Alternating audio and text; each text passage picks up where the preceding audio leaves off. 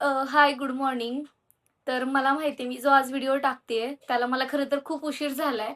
पण जो जो टॉपिक चालू आहे आता सध्या आपल्या इथे एवढं सगळं जो सीरियस मॅटर झालाय, पण तो म्हणजे एवढ्या दिवसापासून म्हणजे आज आपले सोनम सर जे आहेत, त्यांनी आज 26वा दिवस आहे, की त्यांनी उपोषणाला बसले होते ते. तर त्याचं रूपांतर इतका सीरियसमध्ये होऊन जाईन किंवा तो प्रॉब्लेम इतका मोठा होईल हे मला माहीत नव्हतं. तर आम्ही जस्ट न्यूज बघत होतो सगळ्या गोष्टी. पण आत्ता जो 20 तारखेला जो आपला जंतर मंतर प्रोटेस्टर दिल्ली येथे जो 20 तारखेला ज्या गोष्टी घडल्या गेल्यात, त्या खरंच कल्पनेच्या बाहेर आहे. आणि तो व्हिडिओ मी आज लेट टाकतीये. कारण की त्याला पण एक रिझन आहे. आपल्याला माहीत नाही याच्यात कुठलं पॉलिटिक्स आहे का? याच्यामध्ये खरंच कुठल्या नेत्यांचा समावेश आहे का? कारण आपण कोणाला डायरेक्टली बोलू नाही शकत आहे. कोणाचं नाव नाही घेऊ शकत आहे. कदाचित एखादी गोष्ट खूप ट्रान्सपरन्स पण असू शकते, जी सगळ्यांना माहिती आहे.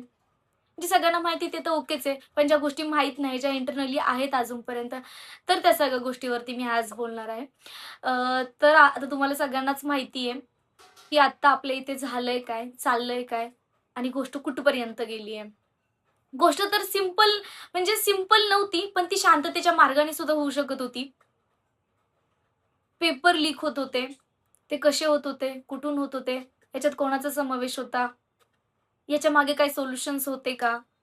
या सगळ्या गोष्टींचा खरं तर अभ्यास कुठेतरी केला जाऊ शकत होता. आज जी मुलं आपले मंतर प्रोटेस्टर दिल्ली येथे उतरले, तितक्या मोठ्या संख्येने उतरले ते. ते त्यांच्या शांततेच्या मार्गाने त्यांचे सगळे स्वतःसाठी स्टँड घेत होते. आज स्वातंत्र्याच्या काळामध्ये आपण इंडिपेंडंट म्हणतोय स्वतःला. इथे आपण खरंच आहोत का? आणि आपण आपला आवाज जर कुठेतरी घेतोय, कुठेतरी उचलतोय किंवा कुठेतरी स्वतःसाठी स्टँड घेतोय, तर इथं आपल्याला दाबलं जातंय. जे पण स्टुडंट आज दिल्लीमध्ये अवेलेबल होते, जे स्टुडंट हे तिथे एवढ्या मोठ्या प्रमाणामध्ये आंदोलन करत होते, ते कशासाठी करत होते? मुद्दा काय याचा? याचं कुठे काहीही घेणं आज इतके मोठे-मोठे नेते म्हणूयात आपण त्यांना, नाव नाही घेत मी कोणाचं, पण जे नेते येतायत, बोलतायत, की आम्ही पोलीस प्रोटेक्शन तिथे लावलं होतं. जे लोकं तिथे बोलावले गेले होते, ते सगळं शांत करण्यासाठी. ऑलरेडी तर सगळं शांतच होतं. उलट तुम्ही त्यांना बोलवून गडबड करण्याचा प्रयत्न केला, असं म्हणायला लागेल आपल्याला. तिथे जे एवढ्या मोठ्या संख्येने मुलं आंदोलन करत होते, ते कशासाठी गेले होते तिथं? आणि काही नाही, ते जस्ट जाऊन स्वतःचं मत काय आहे किंवा आमच्यावर कुठल्या प्रकारे अन्याय केला जातो, याच्यासाठी ते तिथे जाऊन स्वतःचं एक मत मांडत होते. तिथे तुम्ही जाऊन काय केलं? ब्रिकेट्स लावले. कशासाठी लावले? म्हणजे तिथे काय बॉम्ब सोडणार होतं कोणी? बॉम्ब टाकणार होतं कोणी? नाही ना. त्याच्यानंतर तुम्ही पोलीस पाठवताय. त्याच्यामध्ये तर असंही नवीन कळतंय, की कितीतरी फ्रॉड म्हणजे जे लोकं ज्या लोकांना तुम्ही अरेंजमेंट केली होती, जे लोकं तुमचे नियंत्रणासाठी तिथे आले होते, जे लोकं तिथे तुम्ही ऑन ड्युटी असता, तर तुमचं युनिफॉर्म असणं गरजेचं आहे. जेव्हा तुम्ही ड्युटीवर असता, तेव्हा तुमचे शूज असणं गरजेचं आहे. तुमची नेम प्लेट असणं गरजेचं आहे. ह्या सगळ्या गोष्टी जातात कुठे? तुम्ही तुमच्या हातामध्ये डायरेक्टली लाठी चार्ज करताय तुम्ही. तुम्ही लेडीजला मारताय, तुम्ही मुलांना मारताय. प्लस फक्त मारतच नाही, तुम्ही तुमचे लाठ्या आहेत त्याच्यावरती तुम्ही खिळे ठोकताय. मग त्यांनी तुम्ही मुलांवरती वार करताय. अरे तुम्ही पॉइंट तर समजून घ्या. हा मुद्दा कशासाठी होता? फक्त पेपर लीक होत आहे. फक्त गोष्ट नाही मी एक जस्ट वर्ड यूज करते. ती फक्त गोष्ट नाहीये. पण त्याचं रूपांतर तुम्ही कुठे केले गेले? पेपर लीक होत आहे.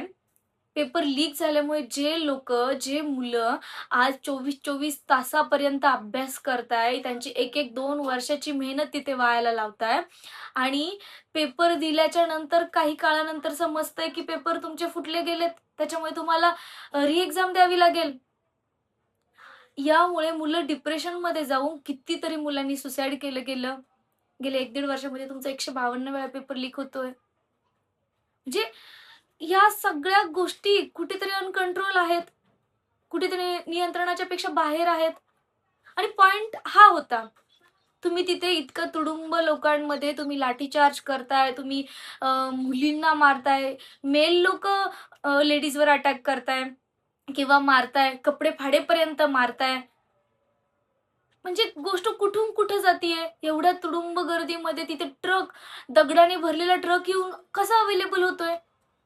मग तुम्ही दगडफेक करताय. म्हणजे अ, ज्या गोष्टीची अपेक्षा नाही, म्हणजे आपण त्याला एक तो त्या दिवसाचा तो ब्लॅक डेज बोलू शकतो. कारण की ज्या गोष्टींची अपेक्षा नाही, त्या गोष्टी तिथं घडल्या गेल्या ते. आणि जे पोलीस, जे कोणी होते तिथे अवेलेबल, जे कोणी तिथे कंट्रोल करण्यासाठी अ, लोकां जे नियंत्रणाने अवेलेबल करून दिले होते नियंत्रण करण्यासाठी, तर ते लोकं काय तुम्ही आज त्या पोस्टवर कशा थ्रू पोहोचलात? एज्युकेशन घेऊनच पोहोचलात. आणि तुम्ही त्याचाच वापर तुमच्या हातात काहीतरी राइट्स दिले ते, काहीतरी तुम्हाला गोष्टी हातामध्ये अवेलेबल झाल्या, तर तुम्ही त्याचा वाईट वापर करणार, त्या चुकीचा वापर करणार. आज किती मुलं म्हणजे आपण एक्झॅक्ट आकडा नाही बोलू शकत, पण किती लोकांना त्याच्यामुळे त्रास होतोय. किती लोकं तिथं हार्म झाले ते.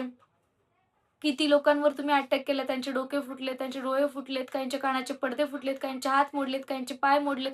म्हणजे ज्या गोष्टी अपेक्षा नाही त्या गोष्टी तुम्ही तिथे करताय. आणि कशासाठी करताय?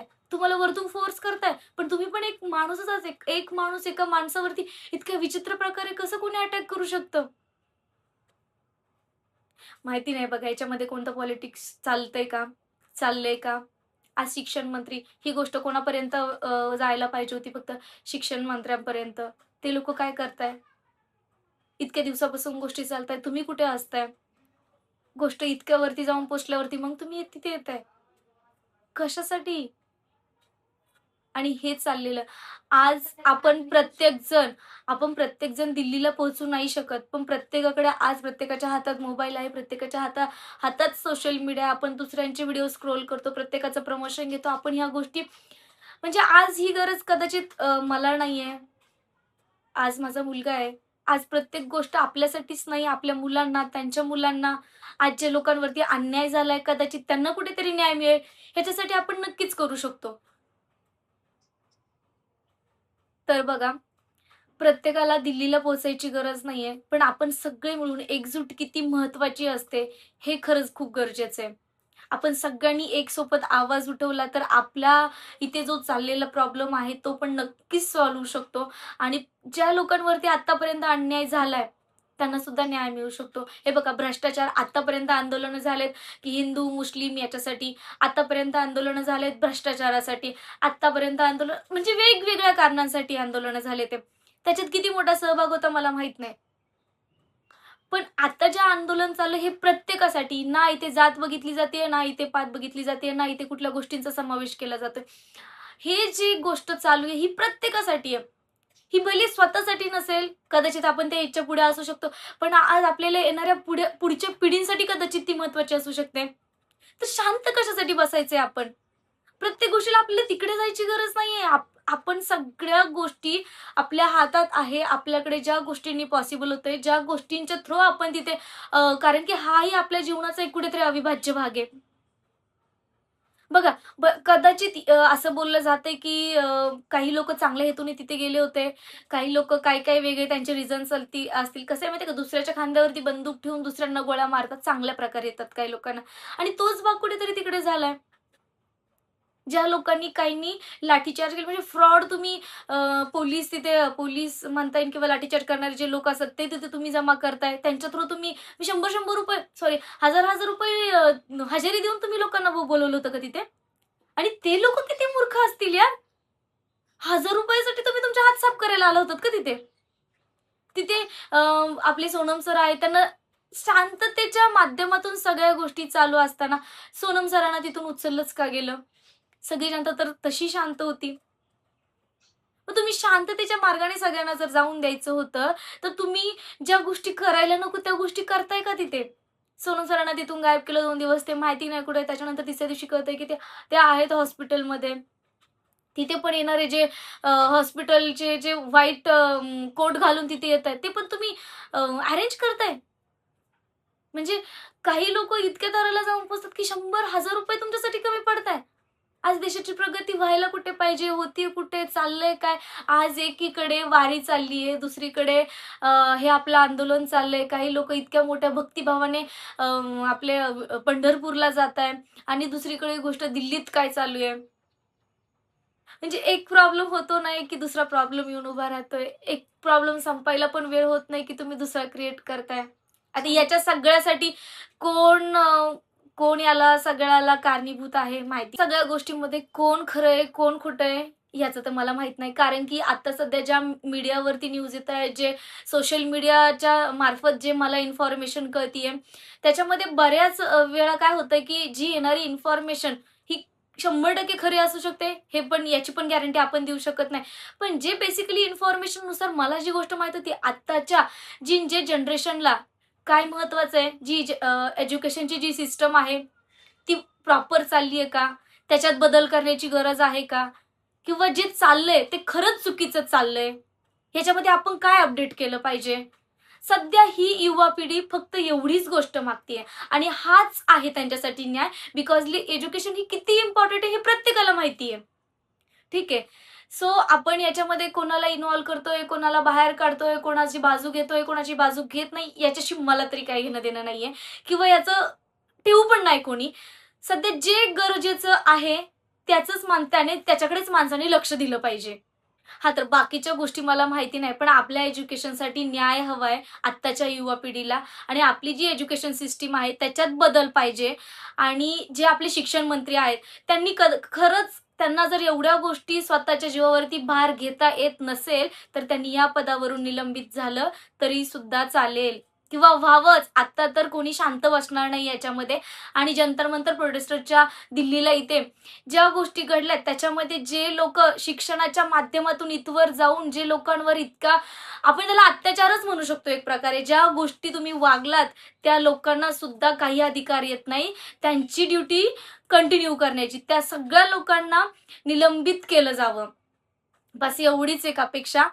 आणि तुम्हाला काय वाटतंय नक्कीच मला या व्हिडिओला माझं काही चुकलं असेल, काही सगळ्या गोष्टी झाल्या असेल, तर नक्कीच माझ्या कमेंट बॉक्समध्ये सांगा आणि तुम्हाला सुद्धा काय वाटतंय ते सुद्धा सांगा.